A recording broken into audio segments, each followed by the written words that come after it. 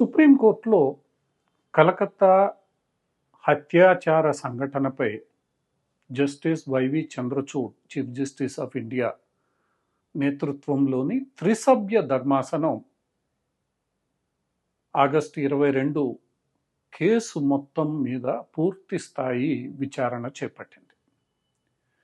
అంతకుముందు జరిగిన విచారణలో ఆగస్టు 22 కలకత్తా పోలీసు, సిబిఐ, అలానే పశ్చిమ బెంగాల్ రాష్ట్ర ప్రభుత్వం తమ నివేదికలను సమర్పించాలని కోరిన కోర్టు ఆగస్టు 22 నాడు ఆయా విభాగాలు సమర్పించిన నివేదికలపై విచారణ కొనసాగించింది.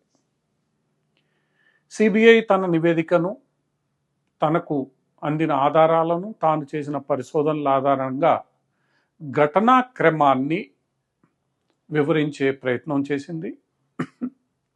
అలానే కలకత్తా పోలీస్ కూడా నాటి సంఘటన క్రమాన్ని సుప్రీంకోర్టు ముందు వచ్చింది.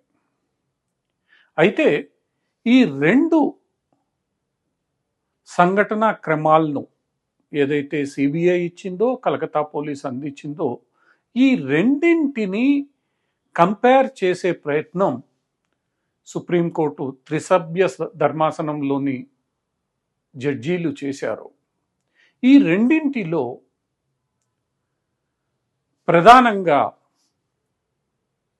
ఈ కేసు గురించి పోలీసులకు ఎప్పుడు తెలిసింది, దాని సమయం ఎంత, తెలిసిన తర్వాత దీని గురించిన మొట్టమొదటి జనరల్ డైరీ ఎంట్రీని స్థానిక పోలీసులు ఎప్పుడు చేశారు, ఆ చేసిన తర్వాత ఎఫ్ఐఆర్ ఎప్పుడు నమోదు చేశారు, ఈ మూడు అంశాల మీదనే ప్రధానంగా ఈ రెండు రిపోర్ట్ల మధ్య కొంత తేడా ఉండడాన్ని సుప్రీంకోర్టు జడ్జీలు గ్రహించారు. ఈ తేడానే పదే పశ్చిమ బెంగాల్ పోలీసులను, పశ్చిమ బెంగాల్ రాష్ట్ర ప్రభుత్వాన్ని వారు ప్రశ్నించారు. అసలు ఈ మొత్తం సంఘటనా క్రమాన్ని, అటు పిమ్మట ఈ సంఘటనా క్రమం యొక్క సమయ పట్టికను సుప్రీంకోర్టు న్యాయమూర్తులే స్వయంగా అంచనా వేసే ప్రయత్నం చేశారు. ఆ అంచనాలో భాగంగా సంఘటన ఎలా జరిగింది, నాటి సంఘటన క్రమాన్ని సుప్రీంకోర్టు జడ్జీలు ఆవిష్కరించే ప్రయత్నం కూడా చేశారు. ఉదయం 6 గంటలకు ఆ మహిళ అపస్మారక స్థితిలో పడి ఉందన్న సమాచారం అందింది. ఆ సమాచారం అందిన తర్వాత అక్కడికి అరగంటలో ఆ కళాశాల ప్రిన్సిపాల్ తదితరులు చేరుకున్నారు. ఆ చేరుకున్న తర్వాత 11 గంటలకు అక్కడకు స్థానిక పోలీసులు చేరుకున్నారు.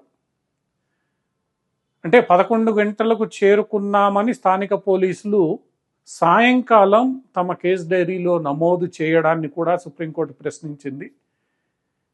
అదే విషయాన్ని సిబిఐ తన నివేదికలో పేర్కొంది. ఏది ఏమైనప్పటికీ 11 గంటలకు అక్కడ చేరుకున్నామని కలకత్తా పోలీసులు చేసిన నమోదును పరిగణలోకి తీసుకున్న తర్వాత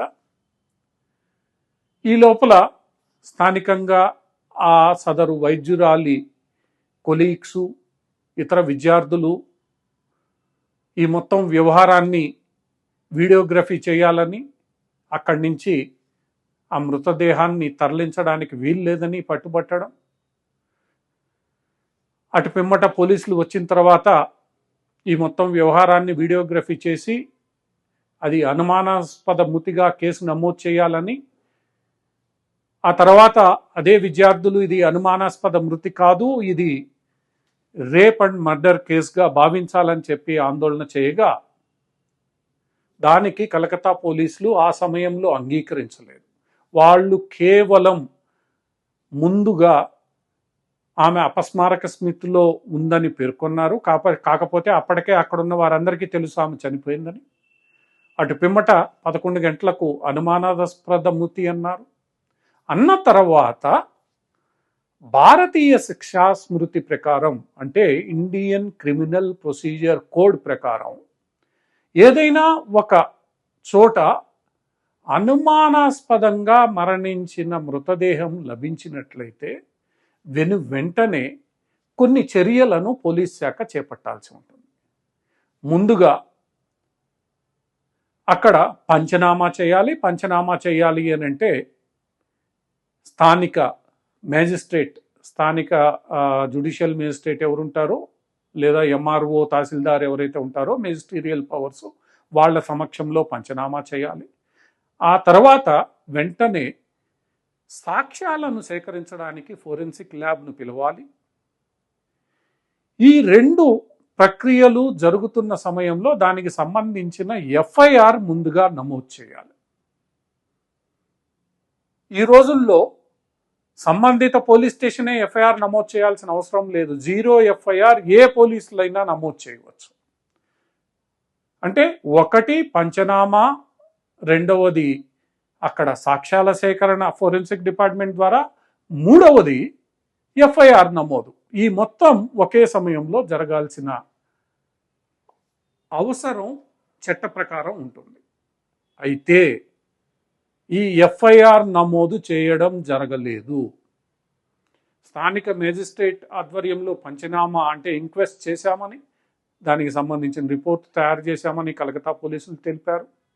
అటు తర్వాత ఆ మరణించిన వైద్యురాలి కొలీగ్స్, ఇతర వైద్యులు డిమాండ్ మేరకు అక్కడే పోస్ట్ మార్టం నిర్వహించారు సాయంకాలం. ఆ పోస్ట్ మార్టం సాయంకాలం 6 నుంచి 7 గంటల మధ్యలో నిర్వహించిన తర్వాత 10 గంటల లోపల ఆ వైద్యురాలి మృతదేహాన్ని దహనం చేసేశారు. ఈ మొత్తం సమయంలో అంటే ఉదయం 11 గంటలకు జనరల్ డైరీ ఎంట్రీ వేసినట్లు చూపించిన కలకత్తా పోలీసులు ఒకవైపు పంచనామా జరుగుతోంది, ఒకవైపు పోస్ట్ మార్టం జరిగింది, మరోవైపు సాక్ష్యాల సేకరణ చేయలేదు, అయినా పోస్ట్ మార్టం జరిగింది. సరైన సాక్ష్యాల సేకరణ జరగకుండానే మృతదేహాన్ని ఒత్తిడి పెట్టి తల్లిదండ్రుల ద్వారా దహనం చేయించారు. అప్పటికే రోడ్ల మీదకి ఆ హాస్పిటల్ వైద్యులు, వైద్య విద్యార్థులు ఒక్కసారిగా వచ్చి దేశవ్యాప్తంగా సంచలనం సృష్టిస్తున్న సమయంలో రాత్రి తీరిగ్గా 11 గంటలకి అంటే 11:30 గంటలకి దగ్గర ఎఫ్ఐఆర్ నమోదు చేశారు. ఈ ఘటనాక్రమాన్ని అంచనా వేసిన సుప్రీంకోర్టు న్యాయమూర్తుల్లో ముగ్గురు, ఆ ముగ్గురులోనూ ఒకళ్ళైన పార్దీవాలా, జస్టిస్ పార్దీవాలా ఒక వ్యాఖ్య చేశారు. నా 30 ఏళ్ల అడ్వకేట్ చరిత్రలో ఇలా ఒక హత్య జరిగిన చోట ఎఫ్ఐఆర్ నమోదు చేయకుండా పోస్ట్ మార్టము, ఇంక్వెస్టు, పంచనామా, దహనం కూడా జరిగిపోవడం చూడలేదని, ఇది ఒక అసాధారణ సంఘటన అని ఆయన బహిరంగంగా కోర్టులో వ్యాఖ్యానించారు. ఆ వ్యాఖ్యలను చీఫ్ జస్టిస్ వైవి చంద్రచూడ్ సమర్థించారు. అయితే వీళ్ళిద్దరి వ్యాఖ్యలను రాష్ట్ర ప్రభుత్వం తరపున వాదిస్తున్న కపిల్ సిబ్బాల్ కొంత అవహేళనగా మాట్లాడే ప్రయత్నం చేస్తే దాని మీద సొలిసిటర్ జనరల్ చాలా తీవ్రంగా స్పందించాల్సి వచ్చింది. ఒక అమాయకురాలు చనిపోతే నువ్వు అవహేళనగా ఆ మృతదేహాన్ని కించపరుస్తున్నావని వ్యాఖ్యానించిన తర్వాత ముగ్గురు సభ్యుల ధర్మాసనం కూడా కపిల్ సిబ్బాల్ను గట్టిగా ప్రశ్నలు అడగడం ప్రారంభించింది.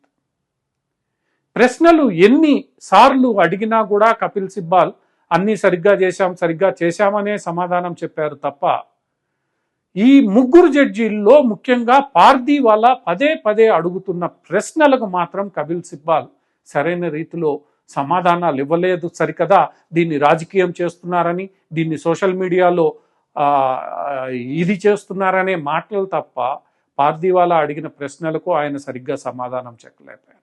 ఏది ఏమైనప్పటికీ నిన్న అంటే ఆగస్టు 22వ తేదీ సుప్రీంకోర్టు విచారణలో స్పష్టమైన అంశం ఏమిటంటే, ఒక వ్యక్తి చనిపోయిన తర్వాత ఎఫ్ఐఆర్ నమోదు చేయకుండానే పంచనామా, ఇంక్వెస్టు, అలానే పోస్ట్ మార్టం, దహనం అన్నీ దగ్గరుండి ప్రభుత్వ విభాగాధికారులు, పోలీస్ శాఖ అధికారులు చేసేశారని స్పష్టంగా ప్రపంచానికి తేలిపోయింది. అంటే దీని అర్థం రాష్ట్ర పోలీస్ శాఖ ఎవరి ఒత్తిడి మేరకు ఇంత హడావిడిగా అసలు ఎఫ్ఐఆర్ఏ నమోదు చేయకుండా ఒక వ్యక్తి, ఒక మహిళ గ్యాంగు రేపునకు గురై చంపబడిందని తెలుస్తున్న వేళ ప్రపంచానికంతా చేసింది అనంటే ఎంత బహిరంగంగా, నిస్సగ్గుగా, నిర్లజ్జగా చట్ట ఉల్లంఘనకు పాల్పడిందో నిన్న స్పష్టమైపోయింది. ఇంత నిర్లజ్జగా, నిస్సగ్గుగా చట్ట ఉల్లంఘనకు పశ్చిమ బెంగాల్ పోలీసులు పాల్పడితే దానిని ఇండియా కూటమి మొత్తం సమర్థిస్తోంది. ఇండియా కూటమికి సంబంధించిన కపిల్ సిబ్బాల్ రాష్ట్ర ప్రభుత్వాన్ని సమర్థించేందుకు లీడ్ లాయర్గా ఈ వ్యవహారంలో పనిచేస్తున్నారంటే ఇండియా కూటమికి ఆ చనిపోయిన మహిళా వైద్యురాలు పట్ల ఎంత దయా, కరుణ ఉన్నాయో, ఎంత జాలుందో, ఎంత ఎంపతి ఉందో మనకి అర్థమైపోతూనే ఉంది. కేవలం రాజకీయ కారణాలతో వీళ్ళందరూ కపిల్ సిబ్బాల్ అనే లాయర్ను ముందుంచి ఈరోజు రాష్ట్ర ప్రభుత్వాన్ని కాపాడే ప్రయత్నం చేస్తున్నారు. ఇది ఎంత సిగ్గుచేటు భారతదేశానికి, ఎంత బహిరంగంగా వ్యవస్థల్ని ఉల్లంఘించారనే విషయం స్వయంగా 3 జడ్జీలు బహిరంగ విచారణలో చెప్తూ ఉంటే మాట్లాడడానికి కూడా ఎవరూ సిద్ధంగా లేరు. అందుకే చివరగా జస్టిస్ పార్దీవాలా ఒక మాట స్పష్టంగా చెప్పారు. ఎవరైతే ఈ మొత్తం వ్యవహారాన్ని ఇన్వెస్టిగేట్ చేసిన ఆఫీసర్ ఉన్నాడో, ఆ అధికారులు ఉన్నారో వాళ్ళందరినీ తదుపరి విచారణ సెప్టెంబర్ 5వ తారీఖు రోజు సుప్రీంకోర్టు ముందు హాజరుపరచమని ఆయన అడిగాడు. వాళ్ళని మేమే నేరుగా అడుగుతాం, ఎందుకు ఇలా మీరు చేశారని. ఇంతకు మించిన సిగ్గుచేటు కలకత్తా పోలీసులకు మరొకటి దొరకదు. ఐపీఎస్ చదివిన పోలీస్ కమిషనరు సిగ్గు లేకుండా ఈరోజు ఒక అమాయకపు మహిళ అత్యాచారానికి గురై, హత్యకు గురైతే దాన్ని సమర్థించుకునే ప్రయత్నం చేయడం నిజంగా భారతదేశంలో దిగజారిపోయిన రాజకీయాలకు నిదర్శనంగా నిలుస్తోంది.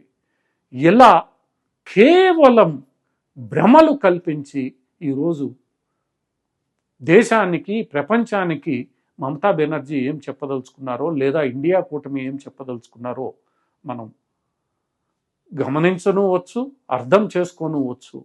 ఇక ఆ న్యాయం ఆ అభాగ్యురాలికి ఎలా చేకూరుతుంది, చేకూరేంత వరకు పోరాటం ఎలా జరుగుతుందో వేచి చూడాల్సింది.